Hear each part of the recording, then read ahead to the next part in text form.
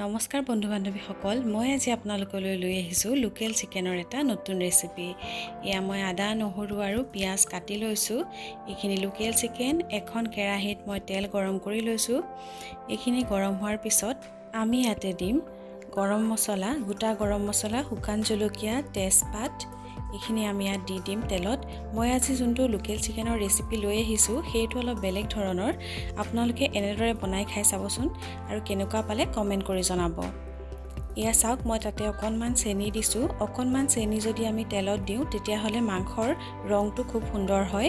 ইয়াতে মই আদা, নহৰু, পিঁয়াজ আৰু কেঁচা জলকীয়া দিছোঁ। সেইখিনি মই পেষ্ট কৰি লৈছোঁ। খুব বেছি মিহিকৈ পেষ্ট কৰা নাই, অলপ খহটা হৈ থকাকৈ কৰি লৈছোঁ এইখিনি। তাৰপিছত এইখিনি মই খুব ধুনীয়াকৈ ফ্ৰাই কৰি ল'ম ভালদৰে, যাতে তেল ওলাই ইয়াৰ পৰা।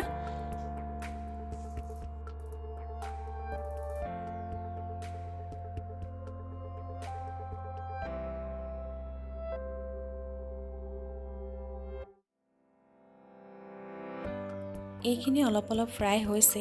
এতিয়া আমি শুকান যোনখিনি মছলা সেইখিনিৰ এটা পেষ্ট বনাই ল'ম। জিৰা, ধনিয়া, হালধি, জলকীয়া গুড়া আৰু গৰম মছলা এইখিনি দি পেলাই আমি এটা সৰু পেষ্ট বনাই আমি এইখিনি ইয়াত দি দিছোঁ। দি এইখিনি যাতে অকণমান ভাজি ল'ম, যাতে ইয়াৰ পৰা তেল ওলায়, পানীখিনি যাতে শুকাই যায়, তেতিয়ালৈকে আমি এইখিনি ভাজি ল'ম। তাৰপিছতে মই দুটা বিলাহী অকণমান পেষ্ট কৰি লৈছোঁ। এই বিলাহীখিনি মই ভাজি ল'ম।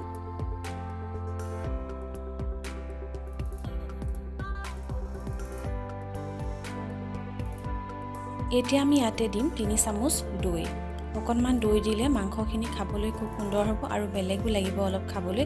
আমি যিটো নৰ্মেল চিকেন বনাওঁ, লোকেল চিকেন, সেইটোত আমি দৈ বা এইবিলাক নিদিওঁ, কিন্তু সেইকাৰণে দৈটো দিলে অলপ বেলেগ লাগিব। আৰু মই যিটো প্ৰচেছ কৈছোঁ আপোনালোকক, প্ৰথমতে তেলতে শুকান জলকীয়া আৰু গৰম মছলা দিয়া, সেইটোৰ কাৰণেও মাংসখিনিৰ টেষ্টটো কিন্তু বহুত বেলেগ হ'ব। আপোনালোকে এনেদৰে বনাই খাবচোন। এতিয়া মই ইয়াতে মাংসখিনি দি দিছোঁ, লোকেল চিকেনখিনি। এইখিনি মোটামুটি 1 কেজি ওপৰতে হ'ব। এইখিনি মই ইয়াত দি দিছোঁ। দি পেলাই এইখিনি লৰাই দিম।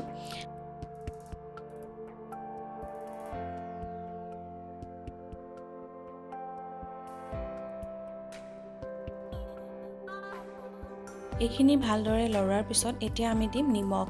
নিমখখিনি আপোনালোকে যিমান নিজৰ ইচ্ছা সেইমতে দিব পাৰে। নিমখখিনি দি মই এইখিনি লৰাই পেলাই ঢাকোন মাৰি দিম।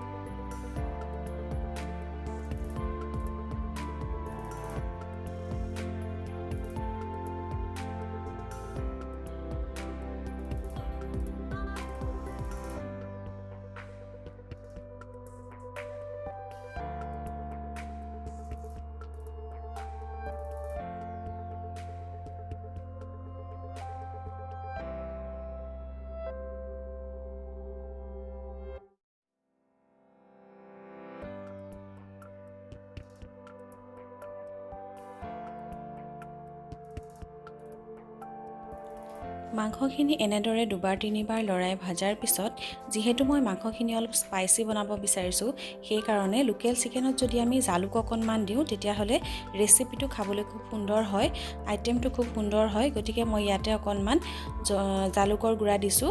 এইখিনি আপোনালোকে অপশ্যনেল হয়, আপোনালোকে দিবও পাৰে, নিদিবও পাৰে। যদি ঠাণ্ডাৰ দিনত কিন্তু যদি এইটো ৰেচিপি আপোনালোকে বনাই খাই চাব, খুব ভাল লাগিব। ঠাণ্ডাৰ দিনত যিহেতু জালুকৰ গোন্ধটো খুব ভাল লাগে আৰু শৰীৰৰ কাৰণেও ভাল। এতিয়া মই আলু দিম। আলু মই আগতে দিয়া নাছিলোঁ, কিয়নো আলুখিনি মই সিজাই লৈছিলোঁ। গতিকে আলুখিনি সিজাই মই তাৰ পানীখিনি পেলাই এইখিনি আলু মই অলপ দেৰিকৈহে মাংসখিনিত দি দিছোঁ।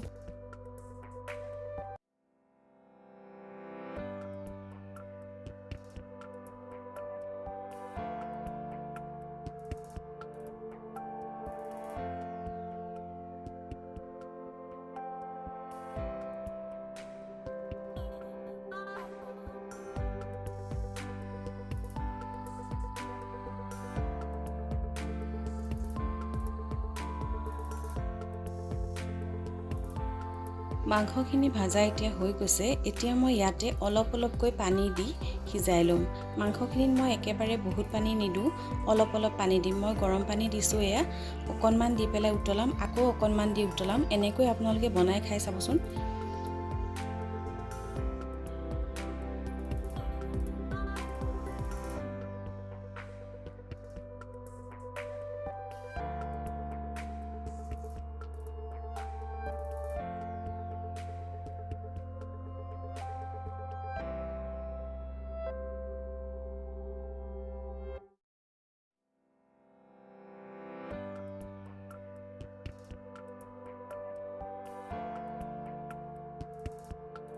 মাংসখিনি হৈ গৈছে এয়া ধুনীয়াকৈ সিজি গৈছে মাংস যেহেতু লোকেল চিকেনত অলপ সময় লাগে ব্ৰইলাৰত কিন্তু ইমান সময় নালাগে গতিকে অলপ বেছিকৈ ইয়াক সিজাব লাগে এয়া হৈ গ'ল এতিয়া মই গেছটো অফ কৰি আপোনালোকক এটা বাটিত এইখিনি উলিয়াই দেখুৱাই আছোঁ কেনেকুৱা লাগিলে ভিডিঅ'টো চাই কমেণ্ট কৰিব আৰু ভিডিঅ'টো ভাল পালে লাইক শ্বেয়াৰ আৰু ছাবস্ক্ৰাইব কৰিবলৈ নাপাহৰিব লগতে কাষত থকা বেল আইকনটো দবাই দিব ভিডিঅ'টো শেষলৈকে চোৱাৰ বাবে ধন্যবাদ